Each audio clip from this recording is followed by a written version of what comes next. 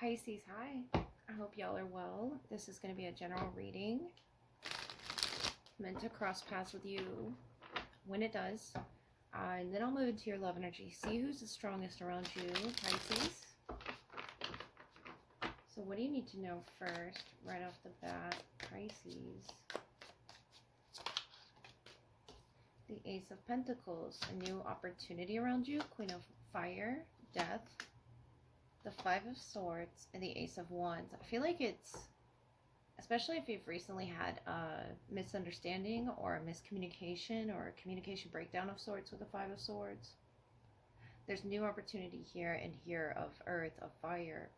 And it could be coming from a Queen of Fire, Three of Pentacles on the bottom that you can work with. It's something new. Tangible as well. Capricornian energy. Let me clarify death here.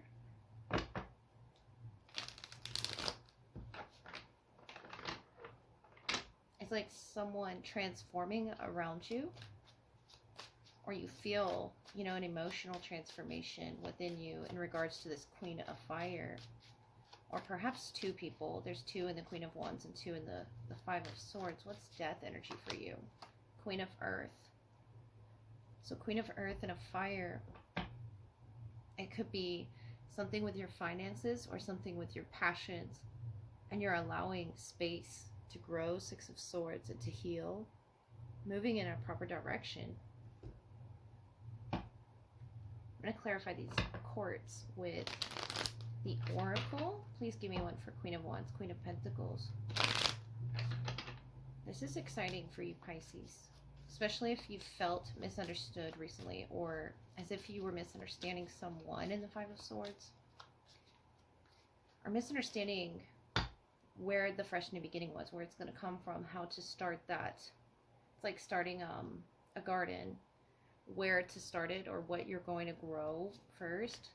Yeah, something with the mushrooms. Queen of Wands, Galactic Mushroom, the Divine Matrix, number 24. And the Queen of Earth, the Covenant, the Sacred Contract, number 7. This is a definitely sacral energy here with the Death, Scorpio. Could be a Scorpio, Capricorn, this Earth presence, or fire as well. We have Earth, we have fire.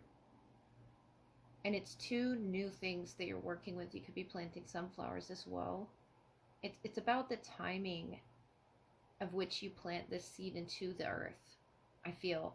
Whether it's a plan financially, or it's something that you're literally growing to better your body. The Ace of Pentacles really opens you up to other opportunities with your body. And then there's also the Ace of Wands, of growth and fertility. I feel like this is very sacred to you. And that's why the death and rebirth is happening within you, and why this communication breakdown had to take place with someone in particular, or just within you, Pisces, because there's growth through it. Whatever this Ace of Wands is opening your third eye to seeing through the matrix energy, the galactic mushroom here. Seeing things on that level is what's going to help you. I feel like it's also a lot of shadow and clearing of energies with the Covenant, the Sacred Contract, because this is significant to you to clear. Whether it's karmic debt with the Ace of Pentacles coming up with a plan, the 24th could be significant, or the 7th. And death, number 13. The number 13 speaks of karmic debt. And it's not all negative, but we are coming up on a Friday the 13th. So it could be just you seeing through this energy, seeing a clear plan. I see the energy clearing for you, to revealing this Ace of Pentacles and Ace of Wands just for you. It's a plan through moving forward. Queen of Wands, Queen of Pentacles, could be you, could be someone else, but they're holding something significant to this covenant, this sacred contract, either with yourself or with someone else. A commitment here, a security, and a feeling of growth, bursting through the death and the rebirth, a transformation, and coming out with new eyes. It's almost like your third eye is opening, especially if you've been trying to activate that. The Queen of Wands and the Ace of Wands is about intuition and viewing things that, especially from a higher perspective, this covenant is significant to that. Whether it's you committing yourself to a contract in your life, it's something physical that you can hold and grow and transform through, Pisces. All right, let's get the love energy that's around you, Pisces. Who's the strongest? First, through the oracle, look at an animal spirit guide that they could, what's going on with your cards, that they could symbolize. And then I will move into the tarot. What does this person want to say to Pisces? Sky Dancer, surrender. And Dream Thief, refusal of the call. Number 48, number 13 again. Yeah, there's something that you're clearing from either a past life or your past. The number 13 again. Could be haunting you, could be haunting them, or something about dreams. Sky Dancer, surrendering. The 12th through the 13th could be very key dates here for you as well. To them understanding you as a whole, that moon energy behind the Sky Dancer, they're almost surrendering to something. But Dream Thief, refusal of the call. We'll see a little deeper about what's going on. Their energy, the Bison of abundance, and you, the Hawk messenger. So you could definitely be receiving messages in dreams. Whether you're focused enough to receive them yet, because it says eliminate distractions. The Bison abundance, sacred buffalo, cloak me in your wisdom, keep me warm through the storms of life. Fill my life with goodness, teach me the way of gratitude and prayer. So they're surrendering to this serene energy of the Bison, and they're surrounded by others, whether it's family or friends. And Pisces, you, the Hawk messenger, Spirit is sending you messages. Open your greater vision to see the signs. Focus on priorities and eliminate distractions. You have a bright future. Let yourself ascend to new heights. Notice how you're in flight here with both of these cards, the Messenger and the Dream Thief. I feel like Spirit's trying to get your attention through dreams, to finding your path. They're surrendering to this abundance energy, though. They're really being vulnerable with the universe, with Spirit.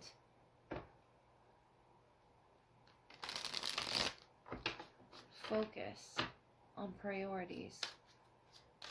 Prioritization of whatever it is your calling is, Pisces. I'm also noticing the Sky Dancer being a hawk energy, and notice the sun and the moon. Focusing on your moon aspect could be important to you at this time. That energy that we're in when we're most comfortable, most vulnerable. You could receive messages through, learning more about your chart or theirs as well. We have the Lovers, the Chariot, the Hermit. Wow, they're pretty major right now about this. Gemini, Cancer, Virgo as well. And we have you, the Emperor, the Page of Wands, the King of Cups. Okay, the Emperor. So you've taken a firm stance, Four of Cups. Whether or not they've noticed this, I feel like someone's not getting a hint here. But the Lovers, the Chariot, the Hermit, they feel a very strong connection with you, Pisces.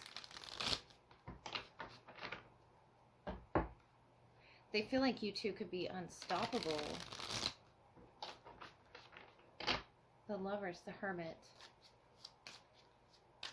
They're in this analyzation phase as well. And you, the Emperor, the Page of Wands, King of Cups. That's like a slight... you refusing their call, or it's like for a reason you taking this stance. The Divine Masculine, the Emperor energies, Aries. That could be strong in your chart, or you could be dealing with a Page of Fire, Aries, King of Cups. It's for your highest good. You know why you're doing this, and they're balancing you emotionally here, Queen of Cups. There's a lot of sacral energy, Knight of Cups, the Hanged Man. It could be a Pisces. If not, there's the Empress, clarified by the Emperor, the divine match. If not, they're trying to gain a perspective as to why you're asserting this.